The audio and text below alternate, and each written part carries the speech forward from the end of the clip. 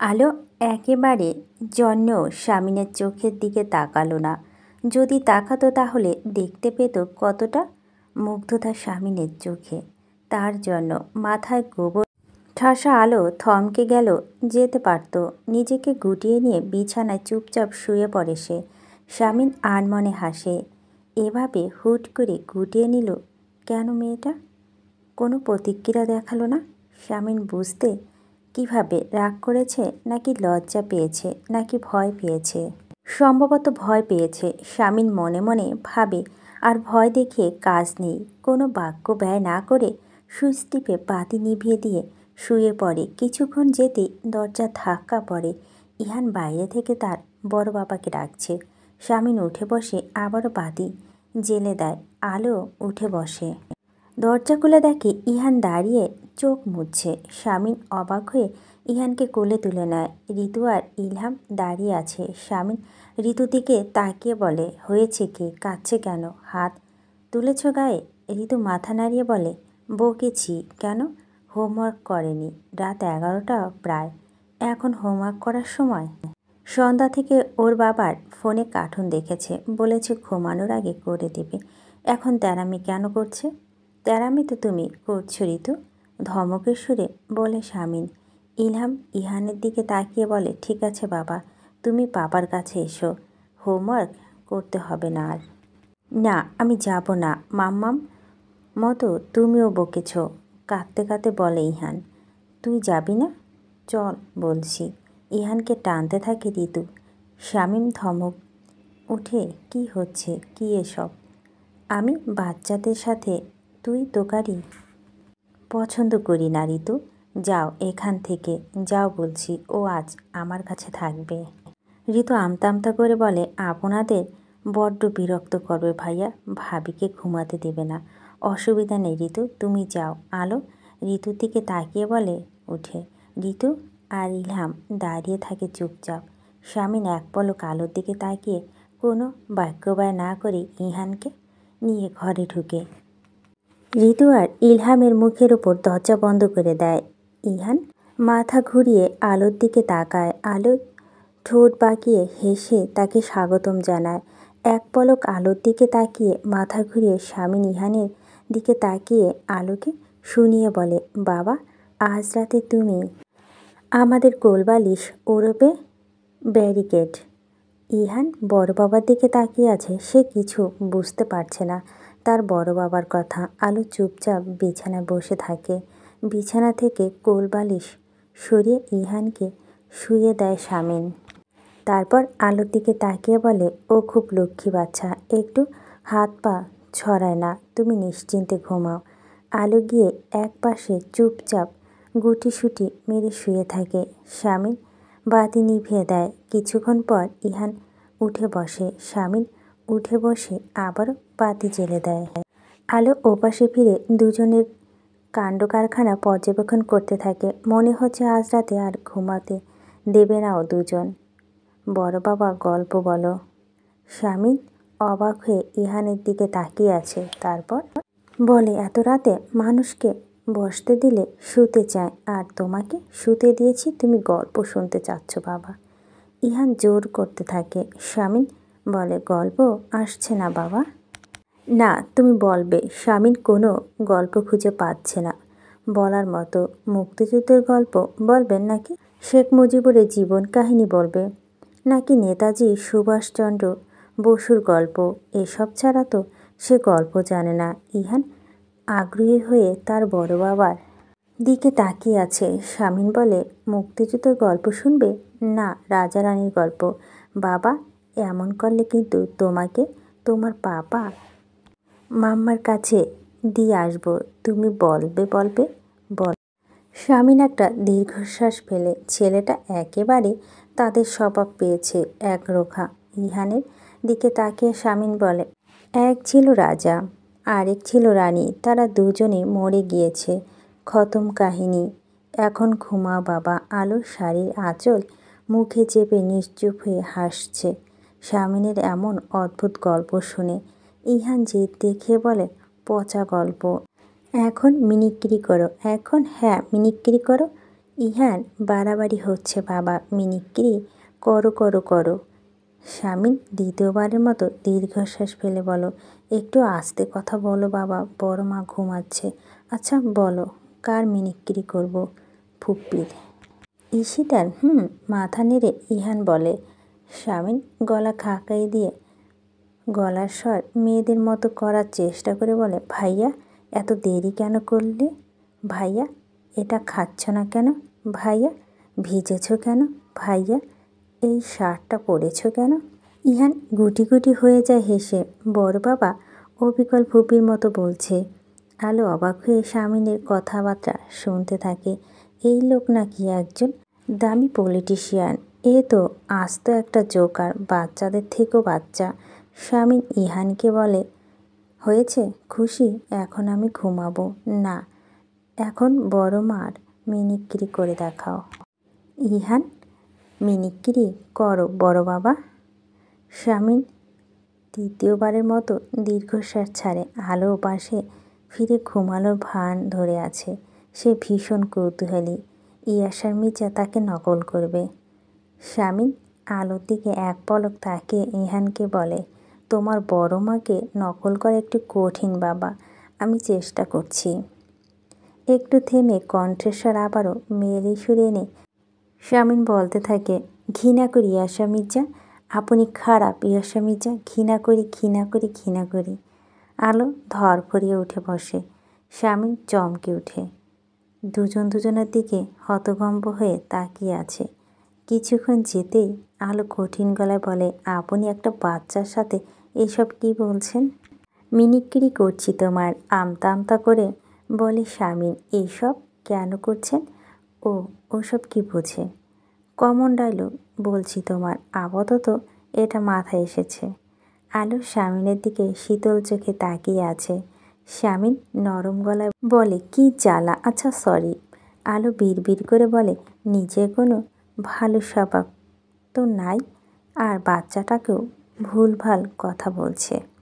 স্বামী লজ্জিত ভঙ্গিতে বসে আছে। ইহান আলোকে বলে, বকছো কেন বড় বাবাকে তুমি? জানো বড় মা, বড় বাবা খুব ভালো মিমিক্রি করতে পারে, আমিও খুব ভালো মিমিক্রি করতে পারি, দেখবে তুমি। ইহান উৎসাহিত আনন্দের সাথে মাথা নাড়ায়। আলো বলে, তোমার বড় বাবার মিমিক্রি করে দেখায়।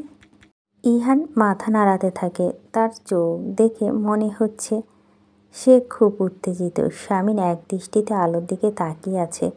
আলোর গলা খাকারি দিয়ে একটু নড়ে চড়ে বসে। তারপর ইহানের দিকে তাকিয়ে কণ্ঠে গম্ভীর পুরুষালিত ভাব এনে বলতে থাকে, আমি ইয়াশা মির্জা, যেটা নিষেধ করেছি সেটা করবে না, তাহলে আমি একদম বরদাস্ত করব না। আলো, ওটা করবে না, তাহলে আমি একদম বরদাস্ত করব না। আলো, বাড়াবাড়ি করবে না, তাহলে আমি একদম বরদাস্ত করব না। আলো অবিকল স্বামীকে নকল করে কথাগুলো বলে চুপ হয়ে যায়। ইহান চোখ বড় বড় করে আলোর দিকে তাকিয়ে আছে। স্বামী বলে উঠে, কিন্তু আমি সব কিছু বরদাস্ত করে গিয়েছি বরাবর। তোমার সব জেদ, উদ্ধতপূর্ণ আচরণ, তোমার গালাগাল, তোমার বাড়াবাড়ি, এ তো হম্বতম্বি করেও তোমাকে দেখলেই কেমন মিয়েও যেতাম, ইচ্ছে করতো না কঠোর হতে, একেবারেই না। আলো চুপ করে থাকে। স্বামী বলতে থাকে, এটা স্বামী নিয়ে আসার জন্য একটা উদ্ধৃতা আলোর দরকার ছিল সম্ভবত। থ্যাঙ্কস অ্যালো, আমার জীবনে লাইট ফিরিয়ে আনার জন্য। শেষে বাক্যটা বলে স্বামী মৃদু হাসে। আলো কয়েক মুহূর্তে চুপ করে থেকে ইহানকে বলে, চলো শুয়ে পড়ো, কাল সকালে আমি তোমাকে একটা রাজার গল্প বলবো, একটু দুষ্ট রাজার। ইহানকে আলগে নিয়ে আলো শুয়ে পড়ে। স্বামী বলে ওঠে, সেই রাজার নাম কি? স্বামী ইয়াশা মির্জা। আলো কোনো কথা বলে না। ইহান মাথায় হাত বুলিয়ে দিতে থাকে। স্বামী বলতে থাকে, তাহলে প্লিজ 6টা রানী রেখো গল্পে। ছোট রানীর নাম থাকবে আলো, বাকি রানীদের নামও বলে দিন। ঠান্ডা গলায় বলল আলো। বড় রানীর নাম আলো, মেজ রানীর নাম আলো, সেজ রানীর নাম আলো, চতুর্থ রানীর নাম আলো, পঞ্চম রানীর নামও আলো। আলো কিছুক্ষণ চুপ করে থেকে বলে, ইহান ঘুমিয়েছে, বাতিটা প্লিজ নিভিয়ে দিন। শামিন বাতি নিভিয়ে দিয়ে শুয়ে পড়ে। আলো বলতে থাকে, সামান্য একটা গল্প জানে না? কখনো কোনো গল্প শোনেননি? শুনেছি নেতাজি সুভাষচন্দ্রের বসুর গল্প, বঙ্গবন্ধুর গল্প, শেরে বাংলা একে ফজলুল হকের গল্প। আমি এনাদের গল্পই শুনেছি। আলো নাটকীয় ভঙ্গিতে বলে, তাই? তাহলে নিশ্চয় রাজনীতির জীবনে ওদের আদর্শ মেনে চলেন। শামিন একটু ভাব নেওয়ার চেষ্টা করলো। খুশি খুশি গলায় বলতে থাকে, অবশ্যই অবশ্যই। তা ওদের মধ্যে কোন নেতা মেয়ে তুলে এনে বিয়ে করেছেন? বঙ্গবন্ধুর, সুভাষচন্দ্র বসুর না ফজলুল হক? ভাগ্যিস অন্ধকার ছিল, নয়তো আলো শামিনের বেলুনের মতো চুপসে যাওয়া মুখটা দেখতে পেয়ে খুব হেসে দিত। শামিন কোনো কথা বাড়ায় না, মনে মনে বলে, হ্যাঁ ঘাট হয়েছে আমার, তোমাকে জব্দ করব।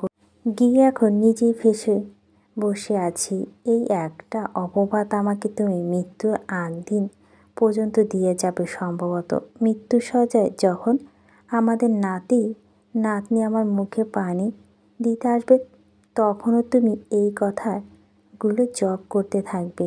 যদি আগে জানতাম তুমি কি চিজ, তাহলে সেদিন তুলে আনা তো দূরে থাক, 100 হাত দূরে থাকতাম তোমার থেকে। এখন কিছুই করার নেই, ভালোবেসে ফেসে গিয়েছি। আছিয়া। রাত 1:30টার কাছাকাছি হঠাৎ গায়ে কারো হাত পড়ছে আলোর। ঘুম থেকে লাফিয়ে উঠে অন্ধকারে টের পেল ইহান তাকে আঁকড়ে ধরে রেখেছে। শামিনও হুট করে ঘুম ভেঙে যায়। সুইচ টিপে বাতি জ্বেলে আলোর দিকে তাকায়। কিছুক্ষণ তাকিয়ে থেকে অস্ফুট স্বরে বলে, মা ভেবে তোমাকে জড়িয়ে ধরেছে হয়তো। দাও আমার কাছে থাকুক। ইহানের ঘুমন্ত মুখের দিকে তাকিয়ে আলো বলে, শামিন বলে, তুমি শিওর? অসুবিধা নেই তো? না, আপনি ঘুমান। কথাটা বলে ইহানকে জড়িয়ে ধরে আলো। দু চোখ বন্ধ করে ফেলে। শামিন বাতি নিভিয়ে আবারও শুয়ে পড়ে। দিন দিন এই বাড়ি সবার প্রতি কঠিন মানবী দরদ দেখতে পাচ্ছে সে। ঈশিতার বিড়ালটাও এর কাছে খুব আদর পায়, শুধু তাকেই দরদ দিয়ে দেখে না। তার হাতের ক্ষতটা দিকে দূর থেকে তাকিয়ে জিজ্ঞেস করে, ব্যথা সেরেছে? কেন? একটু কাছে এসে হাতটা ছুঁয়ে দেখলে কি হয়? মহাভারত অশুদ্ধ হয়ে যায়? বিরক্তকর একটা নারী, উপন্যাসের সব থেকে বিরক্তকর নায়িকা। মনে দয়া মায়া নেই সৃষ্টিকর্তা। ভোর রাতের দিকে ইহানের ঘুম ভেঙে যেতে উঠে বসে। চোখ ডলে একবার আলোকে, আরেকবার শামিনকে দেখে শামিনকে ডাকতে থাকে। দুজনে গভীর ঘুমে আচ্ছন্ন। শামিন কোনো সাড়া দেয় না। ইহান বিছানা থেকে নেমে পড়ে। গুটি গুটি পায়ে দরজার কাছে গিয়ে দেখে দরজা ছিটকেনি তোলা। একটা চেয়ার টেনে সেটা উপরে উঠে দরজাটা খুলে ফেলে ইহান। তারপর মাম্মা পাপার ঘরে চলে যায়। ঘুমের মধ্যে আলো টেরও পেল না সে স্বামীর একেবারে কাছে চলে এসেছে। ইহান ভেবে স্বামীকে আঁকড়ে ধরেছে এক হাত দিয়ে। হুট করেই স্বামীর ঘুম ভেঙে যায়। গায়ের উপর নরম স্পর্শ পেয়ে চোখ মেলে তাকাতেই চোখ দুটো ছানা বড়া হয়ে যায় তার। একবার তার গায়ের উপর আলোর হাতটা দিতে, আরেকবার আলোর মুখের দিকে তাকায়। মেয়েটার কপালের কাছে চুলগুলো এলোমেলো হয়ে আছে। স্বামী সংকোচের সাথে চুলগুলো সরিয়ে দেয়। এখন কি করবে সে? এই ভদ্র মহিলাকে ঘুম থেকে তুলে দেখিয়ে দেবে তার কীর্তি। খুব তো সারাদিন স্বামীকে দোষারোপ করে, এখন স্বামীর এই মহিলাকে লজ্জা দিয়ে দোষ তোলা উচিত। স্বামী ডাকতে গিয়েও ডাকে না, মনে মনে বলে, না স্বামী আসার এই ভুল করিস না। এই মহিলা দেখলে উল্টো তোকে বলবে যে তুই ওর হাত এনে নিজের গায়ে রেখেছিস, ওর কোনো দোষই নেই। কিছুক্ষণ চুপচাপ থেকে স্বামী আলোকে না ডেকে ধীরে ধীরে হাতটা সরিয়ে দেয়। কলিং বেলের আওয়াজে আলো এদিক ওদিক তাকিয়ে কাউকে না দেখতে পেয়ে নিজেই এগিয়ে যায়। দরজা খুলে দেখতে পায় স্বামী নিয়ে আসার দলে ছেলেরা বাইরে দাঁড়িয়ে আছে। আলোকে দেখতে পেয়ে সবাই আহ্লাদ আটখানা হয়ে একে একে বলতে থাকে, আসসালামু আলাইকুম ভাবি। 7 জন পরপর সালাম দেয়। আলো কিছুক্ষণ চুপ থেকে সালামের উত্তর দেয়। রাহাত মুখ হাসি হাসি করে বলে, বাড়িতে ঢুকতে দেবেন না ভাবি। আলো দরজা থেকে সরে দাঁড়ায়, ভদ্রতার সাথে বলে, আপনারা বসুন। ভাই কি ঘুমাচ্ছে ভাবি? আরাব জানতে চায়। আলো কিছু বলার আগে আরাব বলে, প্লিজ একটু ডেকে দিন। আলো মাথা নাড়িয়ে দোতলায় চলে যায়। ঘরের মধ্যে কাউকে দেখতে পাচ্ছে না। বারান্দা থেকে স্বামীনের ঘরে ঢুকতে আলো বলে ওঠে, নিচে আপনার পাশে আছি ভাইয়া এসেছে। স্বামী অবাক হয়ে বলে, পাশে আছি ভাইয়া মানে?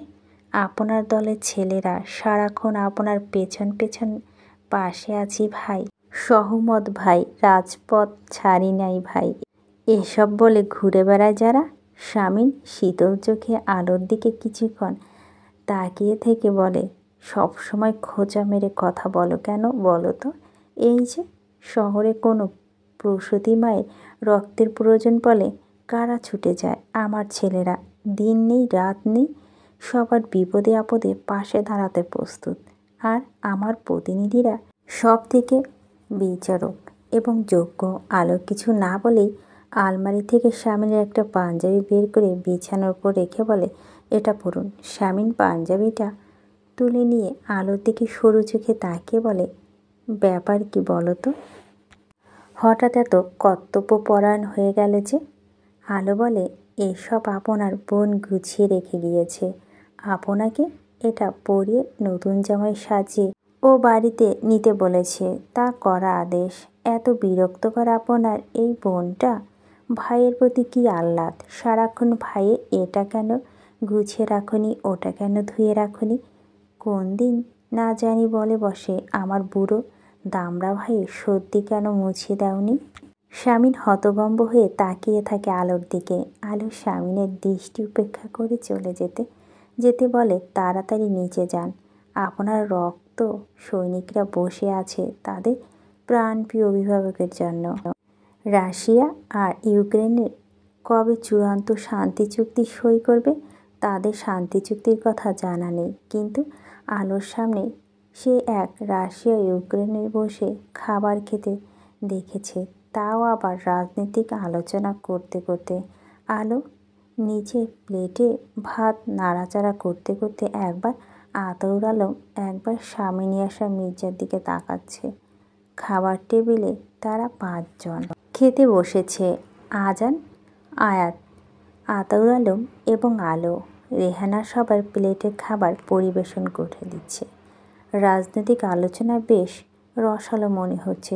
সামনে এত ভালো ভালো খাবার রেখে এরা বর্তমান সরকারের পক্ষে বিপক্ষে বিতর্ক করছে।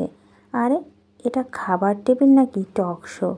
আতর আলম খুব সুন্দরভাবে স্বামী নিয়াসা মির্জার বর্তমান সরকারের খারাপ দিকগুলো বলছে। জবাবে স্বামী নিয়াসা তার দলীয় সরকারের ভালো ভালো দিকগুলো তুলে ধরছে। আলো রীতিমতোই মাথা ধরে গিয়েছে। হুট করে গলা মাছের কাঁটা বিঁধতে সে বিষম খেয়ে কাশতে শুরু করে। আতর আলম এবং স্বামী উভয় আলোচনা থামিয়ে একই সাথে একই মুহূর্তে 2টো পানির গ্লাস আলোর দিকে এগিয়ে দেয়। আলো কাশি থামিয়ে দুজনের দিকে তাকিয়ে থাকে। সবাই অবাক হয়ে আতর আলম এবং স্বামী নিয়াসা মির্জাকে দেখছে। তারা নিজেরাও একে অপরের হাতের পানির গ্লাসের দিকে তাকিয়ে আছে। আলো তাদের কারো গ্লাসই নেয় না, নিজে একটা গ্লাসের পানি ঢেলে খেয়ে নেয়। দুজনে গ্লাস নামিয়ে রেখে আবারও বিতর্কে মেতে ওঠে। রেহানা স্বামীনের প্লেটে মাংস তুলে দিতে যায়। স্বামীন বাধা দিতে গেলে আচমকা স্বামীনের গায়ে হাত পড়ে। তড়াক করে লাফিয়ে ওঠে স্বামীন। সাদা রঙের পাঞ্জাবিটা মাংসচোর লেগে একেবারে শেষ। আতর আলম বিরক্ত হয়ে রেহানাকে বলে, তুমি জামাইয়ের প্লেটে মাংস না দিয়ে গায়ে দিচ্ছ যে? রেহানা কাচুমাচু মুখ করে দাঁড়িয়ে আছে। কি একটা লজ্জার ব্যাপার। আলো ফিক করে হেসে ফেলে। রেহানা দূর থেকে চোখ রাঙিয়ে দেয় আলোকে। আদর আলম আলোর দিকে তাকিয়ে বলে, ওকে ঘরে নিয়ে যাও আম্মু, আমার একটা নতুন পাঞ্জাবি বের করে দাও। শামিন আলোর দিকে তাকিয়ে আছে। কতটা ছেলে মানুষ হলে অন্যের বিপদে এভাবে হাসতে পারে। এই মেয়েটা সত্যি দুর্বোধ্য। আলোর হাসি থামিয়ে শামিনের রাগান্বিত দৃষ্টি দেখে কিছুটা ঘাবড়ে যায়। তারপর হাত ধুয়ে উঠে দাঁড়িয়ে নরম গলায় বলে, আসুন। আয়নার সামনে দাঁড়িয়ে নিজেকে ঘুরিয়ে ফিরিয়ে দেখছে শামিন। শ্বশুরের পাঞ্জাবি গায়ে তাকে খুব একটা খারাপ লাগছে না। আলো তার পিছনে দাঁড়িয়ে তার কর্মকাণ্ড দেখছে। শামিন এক পলক আলোকে দেখে নিয়ে পাঞ্জাবির বোতাম লাগাতে লাগাতে বলে, একেবারে শ্বশুরের জামাই লাগছে না বলো? আলো ঠান্ডা গলায় বলে, আমার আব্বাকে বেশি সুন্দর লাগে পাঞ্জাবিটাতে। শামিন মেলান হেসে বলে, জানি প্রত্যেকটা মেয়ের কাছে জীবনের বাবাই সবচাইতে হ্যান্ডসাম পুরুষ। তুমি আর তোমার আব্বু একে অপরের জন্য জান বের করে দাও। এই অনুভূতি আপনি কি বুঝেন এখন? নিজে যখন মেয়ের বাপ হবেন তখন বুঝবেন। শামিন আলোর দিকে কয়েক মুহূর্তে তাকিয়ে থেকে বলে ওঠে, আমি মেয়ের বাবা হব? তাহলে তো তুমি মেয়ের মা হবে। আলো থতমত খেয়ে যায়। তার মুখ দেখে কিছুক্ষণ তাকে বুঝতে চেষ্টা করল শামিন। লজ্জা নাকি জড়তা, কোনটা ছেয়ে আছে তার সামনে নারীটির মুখমণ্ডলে? কিছু সময় তাকিয়ে থাকে। আলোকে পাশ কাটিয়ে যেতে যেতে মৃদু স্বরে বলে, তোমার মুখে ফুল চন্দন পড়ুক আছিয়া। তলপেটের নিচটা কেমন অবশ হয়ে যাচ্ছে বারবার। আবার হঠাৎ করে অসহ্য যন্ত্রণা বিষিয়ে উঠছে কখনো কখনো। পেটে হাত দিয়ে বসে আছে হেনা। জামিল ফিরছে নিজের বাইক চালিয়ে। এত দূরের রাস্তা পাড়ি দিচ্ছে। যাত্রাপথে চিন্তায় ফেলতে চাচ্ছে না লোকটাকে হেনা, তাই তাকে কিছু বলেনি। ঈশিতা ফোন থেকে চোখ সরিয়ে হেনার দিকে তাকিয়ে বলে, কোনো সমস্যা ভাবি? কেমন অস্বাভাবিক লাগছে তোমাকে? হেনা মাথা নাড়িয়ে বলে, কিছু না ঈশিতা, ফলস পেন সম্ভবত। ঈশিতা আবারও নিজের কাজে মন দেয়। তার তো এসব ব্যাপারে কোনো ধারণা নেই। মেজো ভাবি আছে, কিন্তু মেজো ভাবি বাড়িতে নেই। ভাইয়াকে নিয়ে তার অসুস্থ মাকে দেখতে গিয়েছে। ব্যথাটা বাড়ছে হেনার, মুখমণ্ডল নীল হয়ে আছে। ঈশিতা ফোন নিয়ে উঠে দাঁড়ায়। শান্ত ফোন দিচ্ছে। গেস্টরুমের ব্যালকনিতে গিয়ে কিছুক্ষণ কথা বলে নিচে ফিরে এসে হেনাকে দেখে। তার ভালো ঠেকছে না হেনার এই অবস্থা। কণ্ঠে উৎকণ্ঠা নিয়ে বলে, এক গ্লাস গরম দুধ এনে দিই। হেনা হাঁপাতে থাকে। ঈশিতা রান্নাঘরের দিকে যায়। গ্লাসে দুধ ঢেলে নিয়ে এসে ঘরের দরজা দাঁড়ায়। তারপর গ্লাসটা রেখে সিঁড়ির দিকে দৌড়ে যায়। শামিনের ঘরে বাতি নেভাতে যাচ্ছিল এমন সময় দরজা ঈশিতা ধাক্কা দিতে থাকে।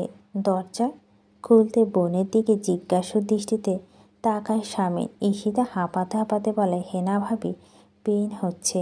আলো কথাটা শুনে দৌড়ে নিচে চলে যায়। ঈশিতা তার পিছু পিছু যায়। শামিনের সাথে সাথে সিটি হসপিটালে ফোন করে অ্যাম্বুলেন্স ডেকে নিয়ে নিচে যায়। ব্যথায় কাতরাতে থাকে হেনা। হাঁটু গেড়ে বসে হেনার হাত ধরে রাখে আলো। খুব মায়া লাগছে মেয়েটির জন্য। একটা আপন মানুষও কাছে নেই, তাই সম্ভবত ভরসা করতে পারছে না কাউকে। হেনার ফোনে বারবার জামিল ফোন দিয়েই যাচ্ছে। ঈশিতা ফোনটা ধরে জামিলকে হেনার সুস্থতার কথা জানায় হেনার অনুরোধে। আসলে তো নিজেই দেখবে, এখন টেনশন দেওয়ার প্রয়োজন কি? আলো কিছুক্ষণ বসে থেকে উঠে দাঁড়ায়। দ্রুত পায়ে লিভিং রুমে গিয়ে শামিনকে বলে, কি করবেন? অ্যাম্বুলেন্স ডেকেছি, আসছে পথে। আলো অবাক হয়ে বলে, গাড়ি আছে তো আপনার? গাড়িটা কোনো কাজে ব্যবহার করবেন শুনি? শুধু মেয়ে তুলে আনার জন্য? চলুন বের হই। অ্যাম্বুলেন্স আসতে আসতে অনেক সময় লেগে যাবে। আপনার শহর ফুডপান্ডার ডেলিভারি ম্যান আপনার ওই সিটি হসপিটালে অ্যাম্বুলেন্স সার্ভিস থেকে ফার্স্ট। স্বামী শীতল চোখে আলোর দিকে তাকিয়ে আছে। এই পরিস্থিতিতেও মেয়েটা তাকে খোঁচা মেরে কথা বলতে ছাড়ছে না।